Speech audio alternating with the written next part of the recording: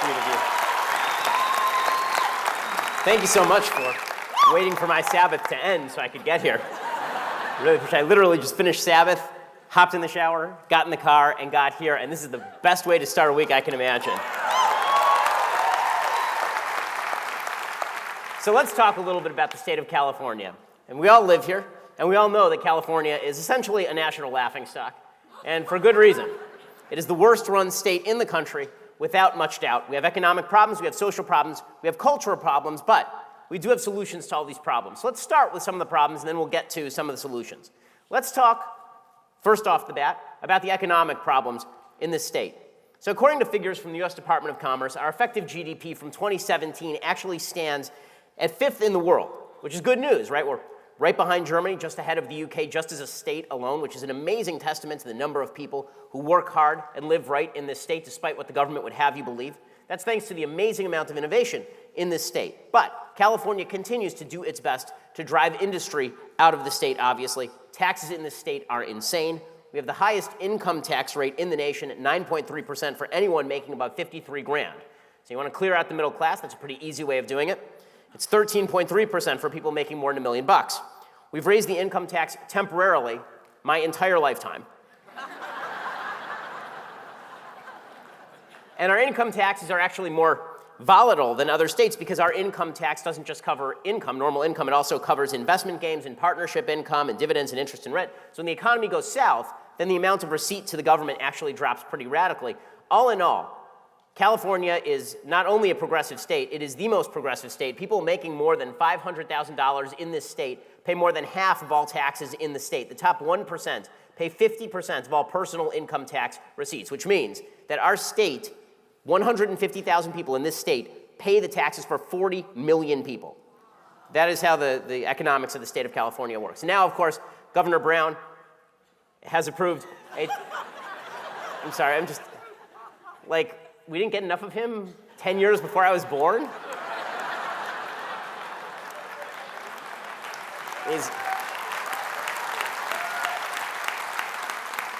The state has so many new ideas that we're like, you know what would be a great idea? Let's bring back Jerry Brown.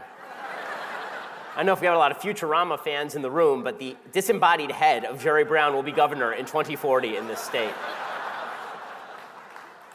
Governor Brown has approved a 12-cent gas tax hike plus increases on the annual vehicle fee. Have you seen your infrastructure improving in this state? No. No one has ever seen a pothole filled in the state of California. We still don't have the proper infrastructure for ensuring water supply, which is great. We had this big drought, and then everybody was supposed to stop using sprinklers and stop taking showers. And so Jerry Brown, in response to that drought, instead of building new infrastructure, didn't do anything. And so that's great.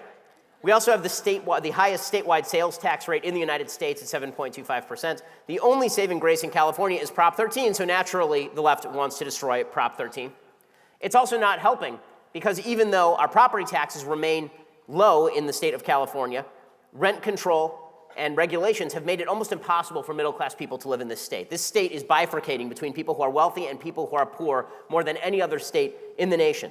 According to the U.S. Department of Housing and Urban Development, families in the Northern California counties of San Francisco, San Mateo, and Marin who make $117,000 a year are eligible to live in low-income housing projects. That's how crazy the rentals are in the state of California. California's median home value has increased by almost 80% to $550,000 since 2011, while half of renters are spending more than 30% of their income on housing, which is great for folks who bought homes 20 years ago. It's great for my parents. It's good for people who can afford a home now, but for people who are trying to build a middle-class family, it's a terrible place to raise their kids, which is one of the reasons why between July 2016 and July 2017, we lost over 140,000 people from this state to other states in domestic migration. And that, of course, is happening thanks to terrible policies, because this is a great place to live if it weren't for all of this. Right? People ask me, what's the future of the state of California? I say, well, there's the short-term plan and the long-term plan. So the short-term plan is people wake up, they stop being idiots, they stop voting for democratic policies that wreck the state, and then everything gets better. That's the short-term plan. The long-term plan is that basically everything continues to go as it has historically gone. Conservatives go to a particular area that nobody has found yet, they make it really, really nice, and then the left comes in, and they destroy it. And then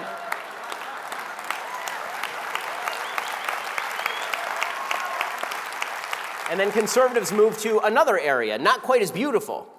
And then the left figures out that they've destroyed the area they were in, and then they move, like locusts upon the land. They move to the place where the conservatives are next. So they'll move to Texas, and they'll wreck Texas. And then conservatives say, okay, what's left? You know, like Wyoming? Okay, fine. And then they all move up to Wyoming, and they continue to make Wyoming awesome. And then the left follows them to Wyoming. The good news is, by this point, California has been completely abandoned. So then we just come right back in, take over Barbara Streisand's house, and we make the state great again.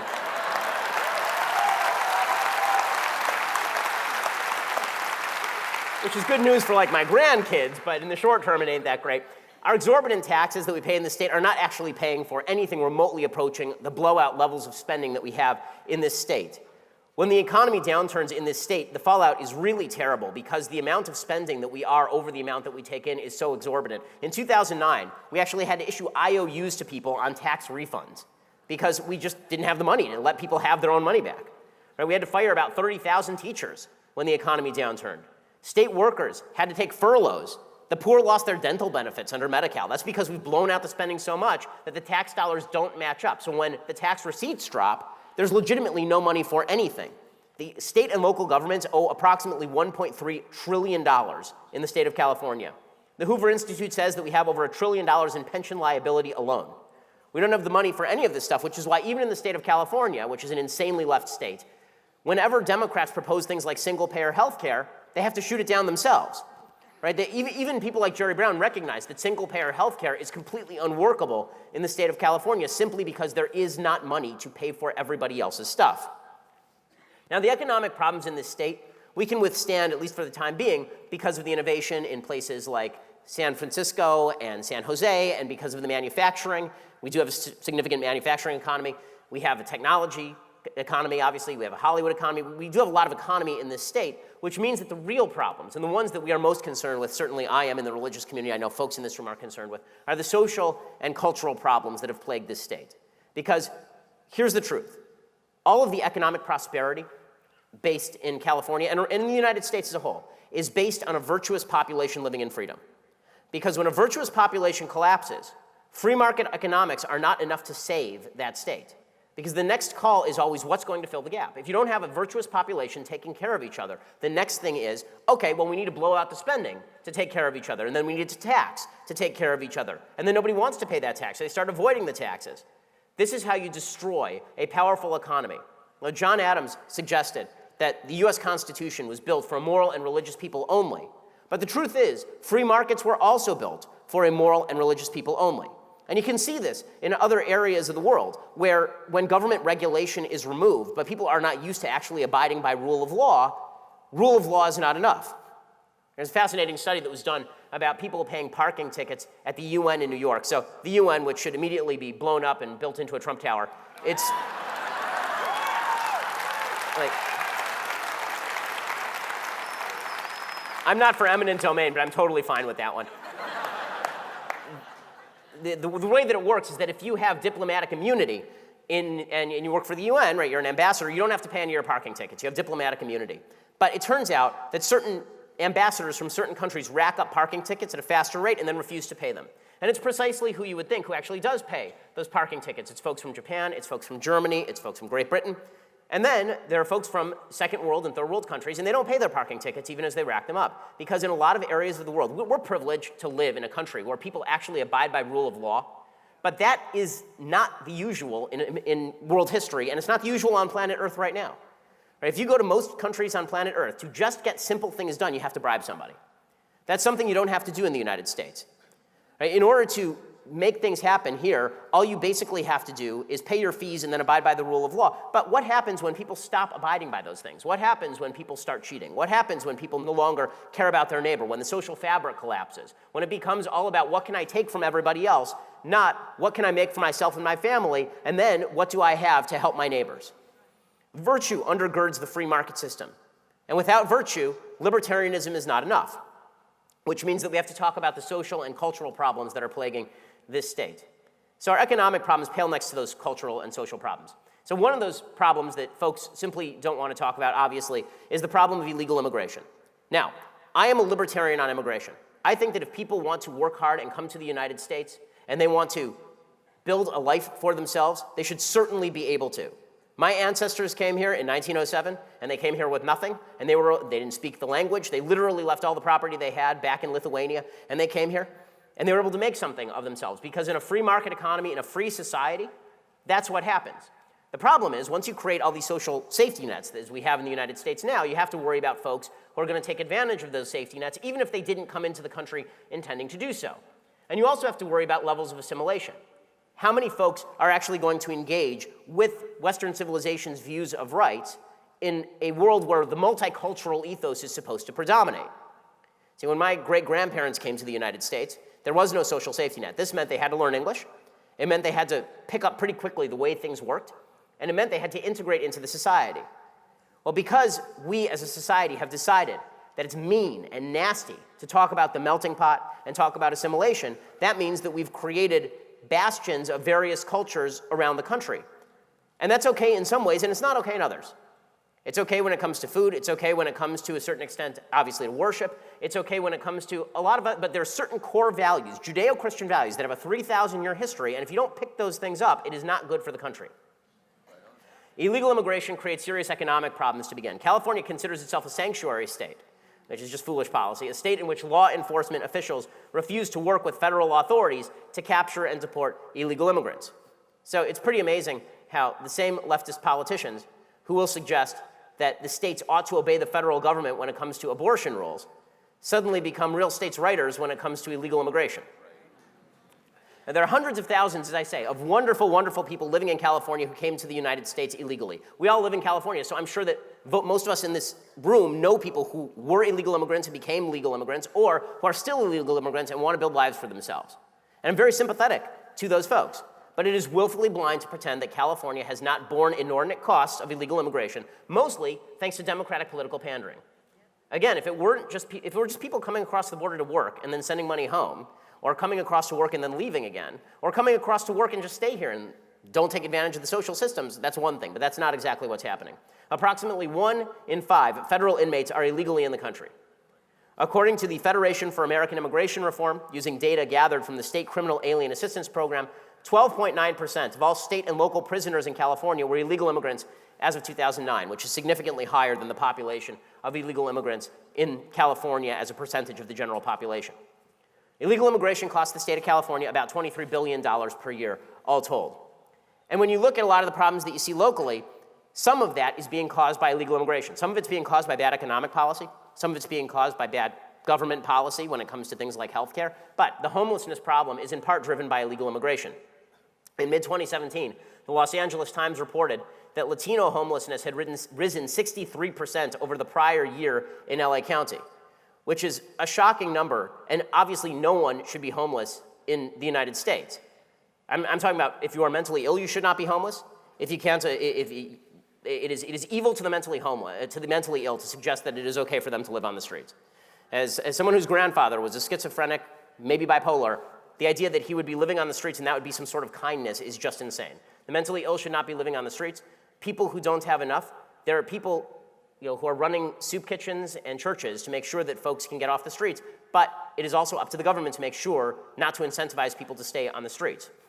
And when it comes to illegal immigration creates an entire underclass of people who very often cannot get the necessities that they need, and so they're living on the street. A significant percentage of those homeless were illegally in the country, again, according to the LA Times. We know that illegal immigration comes with serious costs in terms of gang violence. Talk to anybody in the LAPD and they will tell you this. MS-13, which President Trump likes to talk about, is not, in fact, a myth. There are some 10,000 members in the United States. Last May, 21 members of the gang were arrested in LA. More than half of those were illegal immigrants. Okay, so there's a lot of problems with illegal immigration that we have to talk about. There's a lot of fallout from that as well. But that's just the start of the social problems, obviously. California has a significant crime problem.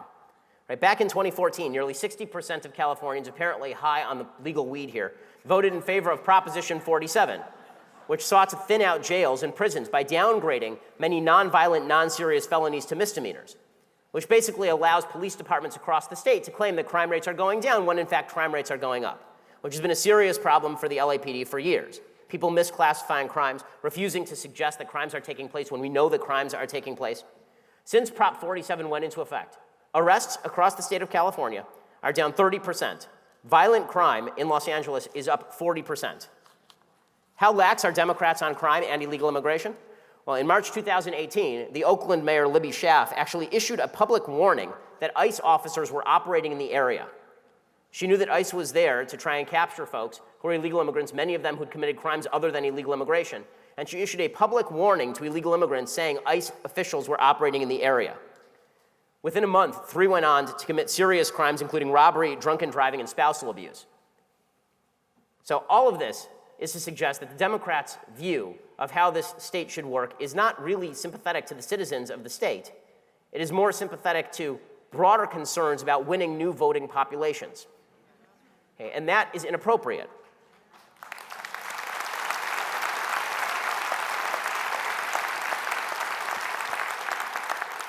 And then we get to the deepest problem of all in the state of California, and that goes back to the lack of virtue that I talked about before. Here is what holds up, again, the pillar that holds up, the foundational stone that holds up Western civilization, holds up free market economics, holds up innovation, holds up prosperity, is the family. It is the family, it is the religious community, it is the religious schools. That is what is holding up all of this. And when those things go away, then states collapse, civilizations collapse. It's slow motion, it doesn't happen right away, it happens over time. But again, when you remove God from the equation, God is removed. And the answer and what follows is almost invariably incredibly ugly within a relatively short period of time. The state of California has decided that God must be forcibly expelled from the state, and particularly Democrats in the state legislature. And this is true on issues ranging from same-sex marriage to abortion. Now, when it comes to same-sex marriage, I've always suggested that one of the big problems is that as soon as same-sex marriage was legalized in this state, the next move by Democrats would be to basically outlaw religious institutions. That the next move would be to say to churches, you can no longer have 501c3 status because you are discriminating against same-sex couples. That religious schools would be forced to violate their own precept or lose their 501c3 status. And then, if they weren't 501c3s and they were operating as normal corporations or normal LLCs, they would then be subject to state anti-discrimination laws, which means they could be shut down. And it will not stop there. Then the state will determine that if you teach religious values in your own home, you're teaching discrimination in your home, and you have not met the basic function of education, and therefore homeschooling will be next on the list. Okay, this is the way this is going to go for the next 10 to 15 years in this state. And it's starting extraordinarily quickly. And it's not just true on same-sex marriage. Right? It's also true on issues like transgenderism, where the state of California is pushing hard the notion that men and women are identical, which is absolutely asinine and ascientific. It is anti-scientific.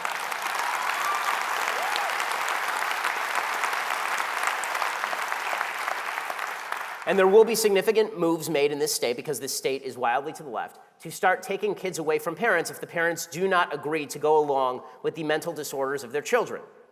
If they seek solutions to mental disorders like gender dysphoria or gender identity disorder. If your 5-year-old comes home from school one day and he's a boy and he says, I want to be a girl, and you say, well, that's not a thing. And now we're going to, go see a psychiatrist, or we're going to talk about this, or maybe you don't even have to do that. Maybe your kid is just 5 years old and doesn't know anything, because 5-year-olds are dumb. Okay, like,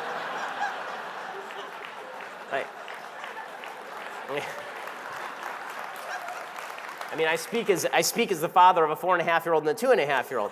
Kids, like, when I say my 4.5-year-old daughter is really smart, I mean for a 4.5-year-old. I don't mean for like a 30-year-old, right? I wouldn't let her make financial decisions for our house. But this idea that I'm going to let a 2.5-year-old or a 4.5-year-old make a decision about gender before they even hit puberty, and that the solution to any of this is for them to mutilate their bodies, and that if I don't do that, the state is somehow going to step in and stop me. Okay, this is the kind of stuff that's going to drive every religious person in the state and every sane person in the state out of the state forthwith. Okay, but this is unfortunately what's being promulgated. So in June 2016, California Democrats actually proposed Senate Bill 1146. That would have prevented colleges from discriminating, as always under the rubric of anti-discrimination law, from discriminating based on gender expression, gender identity, and sexual orientation. Representative Ricardo Lara, who's one of the most radical members of the California Assembly, he said, these universities have a license to discriminate, and students have absolutely no recourse. Addressing this issue is long overdue. Now, if that had become law, then the next move would have been to shut down religious colleges. Because if a religious college said, listen, we're not interested in, it's a private women's college, we're not interested in a man who believes he's a woman coming to our private women's college, then they would have been sued by the state for discrimination and maybe shut down. right? That is the next step. In 2017, Democrats proposed Assembly Bill 2943, which would have made it unlawful business practice. This one's insane, okay? This one came very, very close to passage. It would have made it unlawful business practice to engage in a transaction intended to result or that results in the sale or lease of goods or services to any consumer that advertise, offer to engage in, or do engage in sexual orientation change efforts with an individual. That term includes efforts to change behaviors or gender expressions. Okay, so let me explain what that means, because that's legalistic jargon. Okay, so putting on my lawyer hat for just 1 second, what that means is that if you publish an article, if this law had passed, if you published an article in the state of California that said a man cannot become a woman, you could have been prosecuted. If you distributed a book in the state of California, you know, like a book that's kind of famous, right? Like the most sold and also stolen book in Western civilized history. Now, the book upon which all Western civilization is built. If you sold that at an establishment and that book did not have certain pages ripped from Romans, Leviticus, and Corinthians, then that book would theoretically be violative of this assembly bill, because it would have encouraged sexual orientation change efforts with an individual or efforts to change behaviors or gender expressions. Because it turns out that biblical worldviews on these particular issues don't tend to run in favor of the social left. Okay, they were this close to passing it. Our public schools are, of course, already bastions of social leftism in the state of California. And California state law mandates the teaching of LGBT history from K through 8. So you can be sending your 6-year-old to a public school, and suddenly they're learning about Harvey Milk. Advocates want people to learn about Christine Jorgensen when they're in 2nd grade. I mean, these sorts of moves to indoctrinate children in socially leftist politics do have an impact. And it's why people are taking their kids out of public schools and putting them in private schools, obviously. And as I say, the next step on the left's agenda, the next step on their hit list is those private schools. And then you take your kid out of there and you put them in a homeschool, and the next step on that hit list will be the homeschools, because this is a fervent agenda on behalf of a left that believes that they know better. They know better than you how to raise your children. And if you raise your children wrong, you threaten their worldview. Every time you teach your child that living in a traditional, moral way with regard to family and sexual relationships is something good and positive, you are violating the left's standard of what is good and positive. And that must be fought at every turn. You're actually abusing your child in the view of a lot of folks on the left, because you're indoctrinating them into bigotry. When you say that a child deserves a mother and a father, this is an indoctrination into bigotry, according to the left. And so that has to be stopped. That has to be stopped. I mean, listen, we all feel it because we all live in the state of California. How careful do you have to be in discussing these issues with your children in public areas? Because you know what the blowback will be, right? If my daughter comes home and she's making a joke and she says, I wish that I had 2 mommies, and I say, well, that's silly, you know, because there are men who marry women and women who marry men, and that's how God made it, and that's the way things are, and that's what produces children and all the rest. If you say that in a public way, there's a good shot that the blowback will be extraordinary. Why you should have to get into the vagaries of human sexual behavior with a 5-year-old is beyond me, but that's exactly what we've decided to do. There is nothing innocuous about teaching a 5-year-old about LGBT history. You shouldn't be teaching your 5-year-old about sex anyway, and there's no way to avoid teaching your 5-year-old about it if you're teaching this stuff.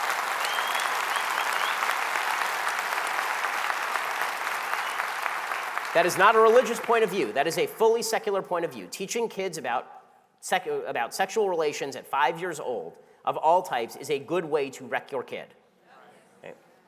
In California, Democrats have already started attempting to remove nonprofit status from youth groups. You remember they went after the Boy Scouts just a couple of years ago because the Boy Scouts was supposedly discriminating against gays and lesbians, because the rule in the Boy Scouts was that they didn't have gay scout leaders.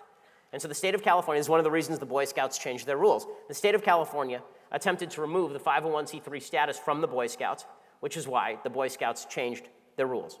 And then, of course, the state of California has obviously been leading the way when it comes to the pushing and the advancing of abortion. The state of California wants to force doctors to perform abortions or prescribe abortions regardless of their religious worldview. This will drive doctors out of the business, religious doctors out of the business. It will drive religious pharmacists out of the business, and that is the goal. The goal is to have a one-party state. And the way that you do that is you force religious people to choose between career and God, because we'll choose God every time, and the left knows that, and so they want to force that choice.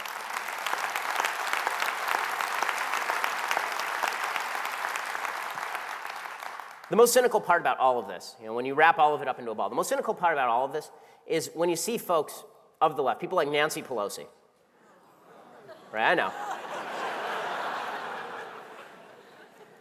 when you see folks like Nancy Pelosi citing the Bible to back all of this, when you see folks on the left, when you see President Obama say things like, well, when I look at the Bible and it says the least of these, what that means is we can kill babies, right? If you are citing the Bible to defend your position, when you see Bernie Sanders, who legitimately has never opened a Bible in his life, unless it was like on a bedside stand in a hotel and he accidentally opened it while looking for a copy of Das Kapital, right? When you see folks on the left citing the Bible to back absolutely non-biblical and anti-biblical positions, that is the most cynical part of all of this. And I have to say,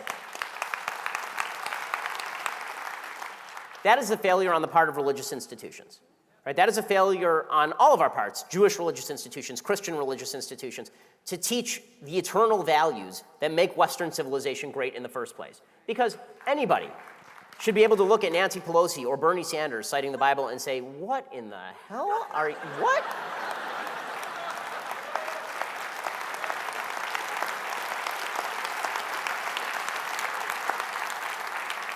Losing the state of California for folks who had religious values and for folks who had traditional American values, because those two things are linked, right? American values were always backed by this history of Judeo-Christian values. The Enlightenment just didn't spring into being in the 1750s and 1760s. It was backed by a 2,500-year history of Judeo-Christian values springing from Sinai, carrying forward through the Sermon on the Mount, and then forward through time, through everyone from the Catholic Church to Calvin to Luther, all the way forward to the American founders, right? There is that backing. Without that backing, there is no Western civilization.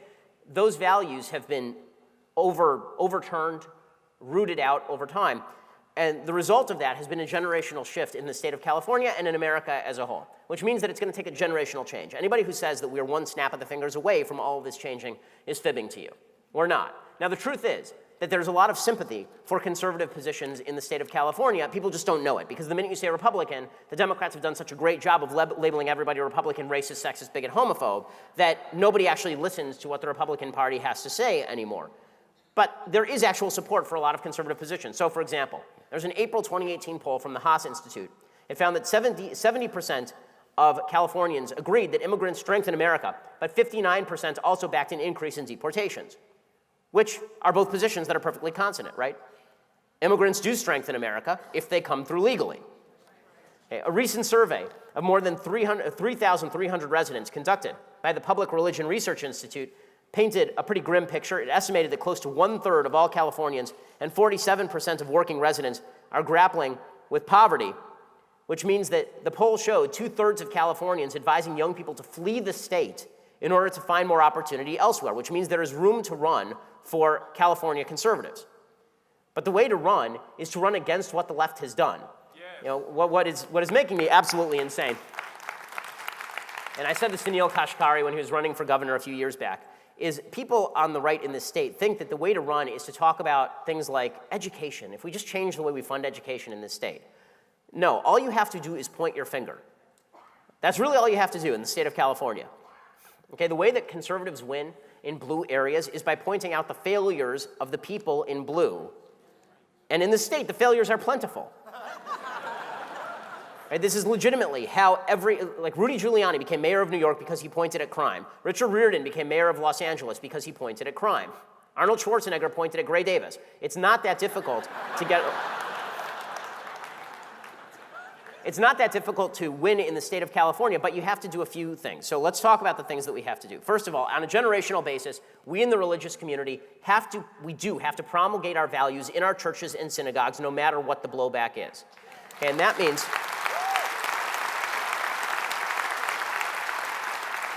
it means that when pastors and priests and rabbis get up there and they serve up warmed over mush about togetherness and how we're going to play guitar and have pizza afterward, and they don't say a word about the eternal, important values, even the divisive ones, that are present in the Bible, they are doing a grave disservice to both the Bible and their own constituents.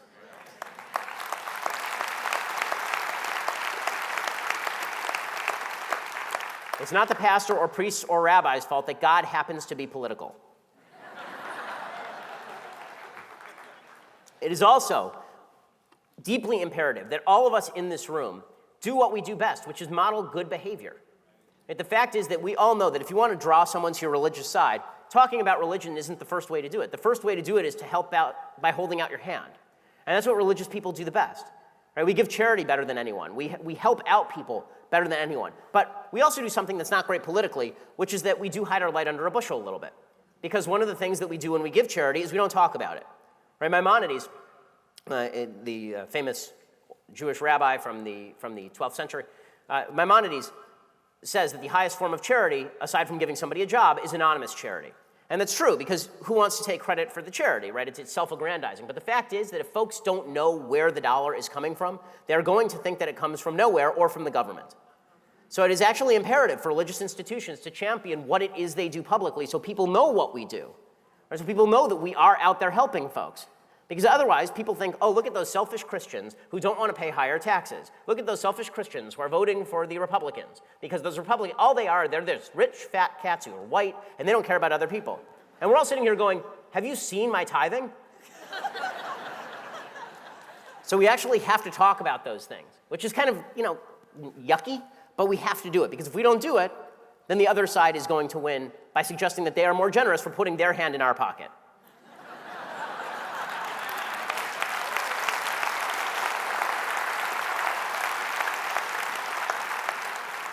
We also have to forcibly fight back against charges of bigotry. So as I say, I think that the key argument that folks on the left make that is the most effective is they suggest that everybody on the right is a terrible, horrible, no good, very bad person. It's character attacks. It's not about policy.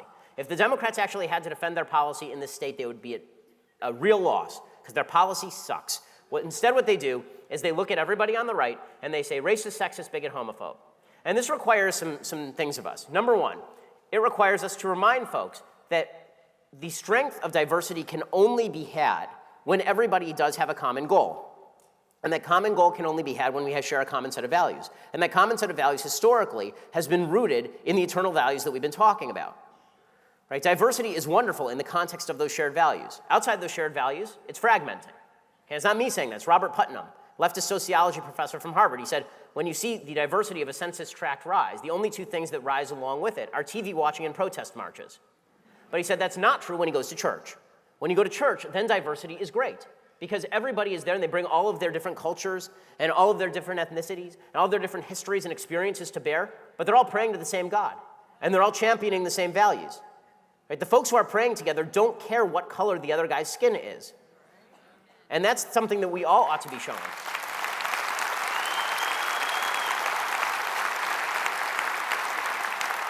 The folks who are really breaking down this country right now are the folks who are insisting on an intersectional hierarchy where we judge each other not on the values we hold, but on the color of our skin, on our ethnicity, on our poverty, or on our wealth, on the basis of our sex. Right? These are the folks who are dividing America. I don't know a solid church in America that divides people this way. But this is what the left has done.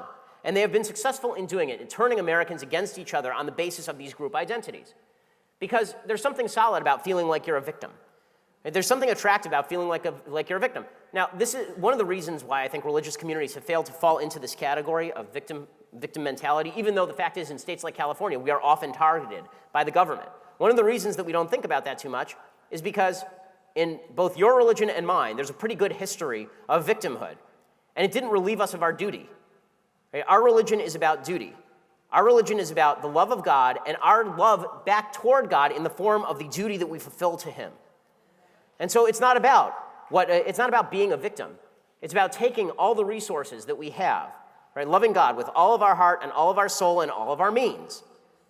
And that means that we are not interested in hearing about our own victim stories. We're interested in going out and doing and making the world better and helping our neighbors.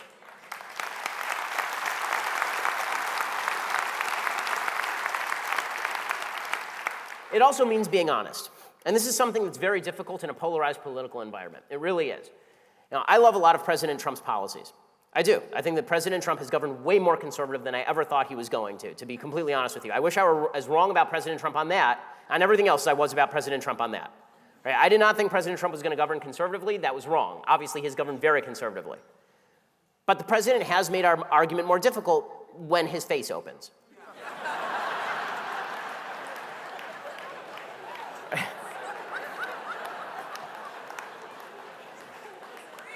And we all know this, and we're among friends, so we're allowed to say it. I've said this among not friends, right? The fact is that it makes our job more difficult when the president says stuff that is difficult, when the president says stuff that it can be interpreted as racially tinged, when the president says stuff that is pretty obviously morally vile, right? When the president, look, the president of the United States may be a lot of things, but he's not great with women. Okay, like these are just facts. Okay, like if I had a 17-year-old daughter, I wouldn't want the president in the room alone. Like I would not let the president babysit my children. Like again, the president is great at a lot of things. He surrounded himself with a lot of great people, but he is like my 2.5-year-old son. He runs around and bangs his head on things, and I love him to death, but at 7:30 he needs to go to sleep.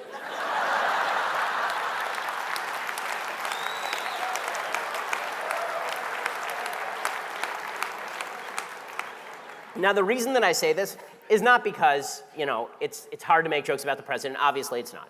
The reason that I say this is because when you're talking to folks who are moderate or on the left, if you look like a lackey for the president of the United States or anyone who is not God, basically, you get yourself into trouble.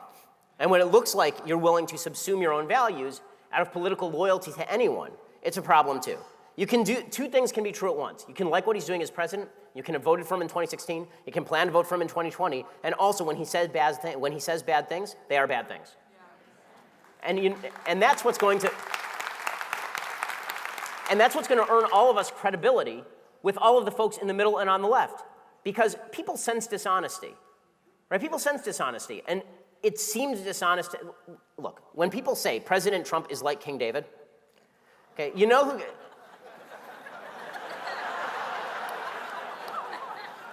First of all, King David wrote the Psalms. Donald Trump did not even write The Art of the Deal. But beyond that, when we say that when pastors say, President Trump is like King David, everyone looks at that and laughs because it's a silly thing to say. Okay, the fact is that God gets to decide whether President Trump is like King David. It is our job to be Nathan. When King David decided that it was a good idea to strip another dude's wife and then send him off to battle to get killed on the front lines, Nathan the prophet came in and read him the riot act and threatened to take the kingship from him. Right? That is our job. Our job is to hold people accountable. And that, again, that doesn't mean go vote for a Democrat. God forbid. But it does mean that honesty is the best policy when it comes to this stuff, and this is particularly true among young people, okay? I spend most of my time talking to young people. I have about 1 million listeners a day, 1 million downloads a day on our podcast, which, when you measure it out, is a talk radio audience that is actually larger than the biggest talk radio shows in the country. 70% of the people who listen to my show are under the age of 35.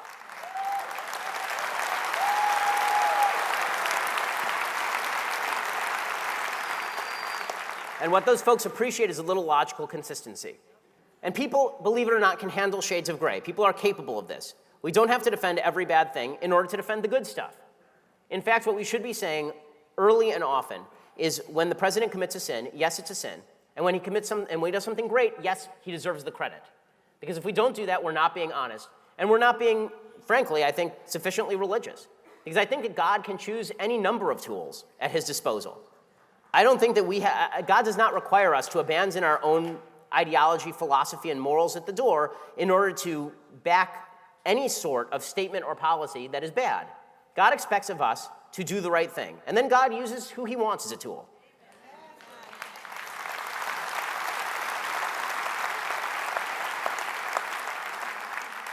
So bottom line, if we're honest, and if we are good folks, and if we show a good example to the rest of the world, and if we are obvious about what we do, and if we hold out that hand, I think there are a lot of folks who can be won over.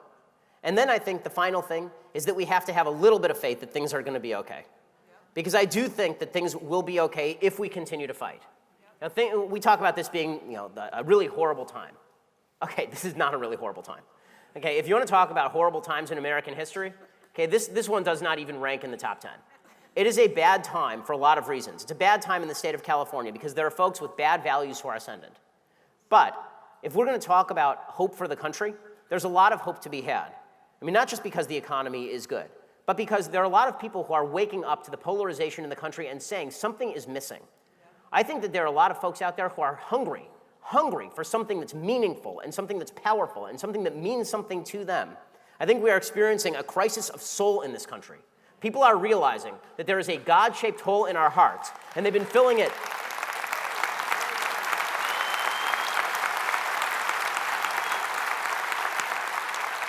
And they've been filling that God-shaped hole with political partisanship and hatred and rage, and they've been filling it with government policy.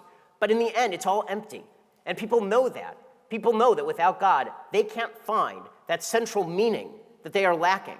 That without the idea that there is a creator of the universe standing behind a logical system capable of our understanding and exploration, there's no reason to go out and explore. They understand that what makes the adventure meaningful is building families that are directed towards something that lasts beyond you. Right? That if we spend all the money in our pocket and then all the money of our kids, that means something. Now, John Maynard Keynes, the famous economist who is obviously responsible for a lot of Franklin Roosevelt's policies, his statement was at one point, who cares about the long run? This is a paraphrase. In the long run, we're all dead. But if you are a religious person, you don't believe that. If you're a religious person, not only do you believe that you're not dead in the long run, you also believe certainly, whatever you believe about the afterlife, that what lives on in your children is what is important. And that it is our job to bring up our children to be a link in the chain of history that leads from Sinai, again, through the Sermon on the Mount, through the founding, and to a future that will be brighter than anything that I think we can possibly imagine.